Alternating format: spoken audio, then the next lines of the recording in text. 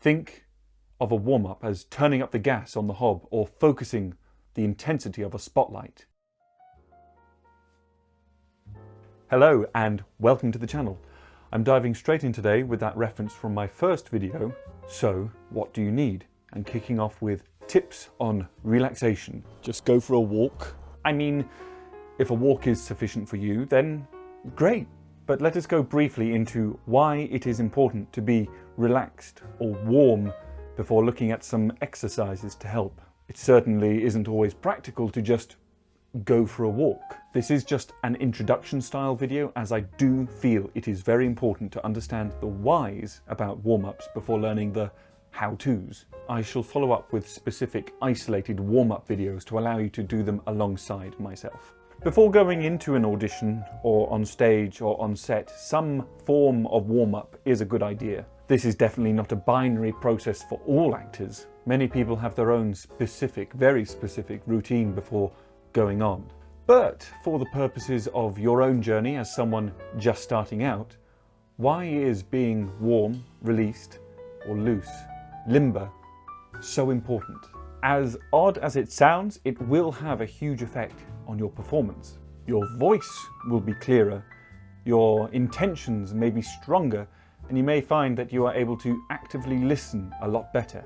See the video link below on the importance of listening. A full body warm-up will mean that that little ache in your foot won't travel up into your leg, your lower back, your chest, your throat, your voice, and essentially lock up your entire body. Thousands of years ago, when I was auditioning for drama schools, I was certainly aware of vocal warm-ups. It makes sense to have a clear and loud voice, but I wasn't aware of physical warm-ups or bodily warm-ups. I was completely unaware of how much you gain from being warm, limber, or loose, and the subtleties to performance that this can bring. Why am I so excited about warm-ups?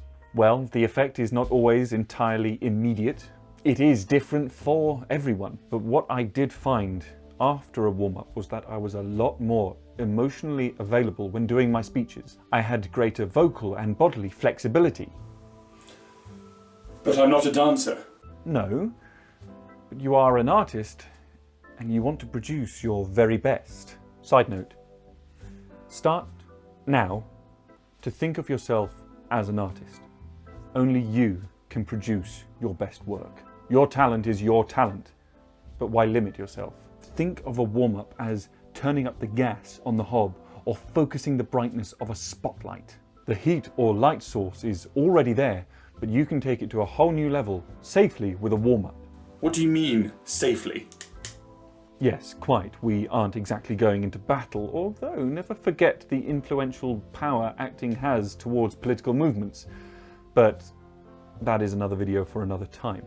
By safely, I mean without damaging your voice or your body when your intentions become more intense. A crude example is yelling. If the necessity to aggressively raise your voice arises within your speech, you want to be able to do it without hurting yourself or also worrying the panel. Now, I don't mean actually scaring them. It takes a lot to shock a drama school audition panel, but they will hear if you're hurting yourself, and that is uncomfortable to listen to. Once warm, vocally and physically, you will find you are able to focus a lot more on your intentions or being on action. Admittedly, it is quite funny that I'm saying spend all this time on warm-ups and why they are important, and then saying, forget it. Forget the work you have just done. But if you have done this work beforehand, it means you will not have to be thinking about your bodily or vocal mechanics whilst you're trying to convince the Prince of Denmark to tell the truth about his love for you, for example. So that's the why, and the hows will follow shortly. Please do hit that subscribe button in order to keep track of the upcoming warm-up exercises. I think I will aim to show exercises one by one.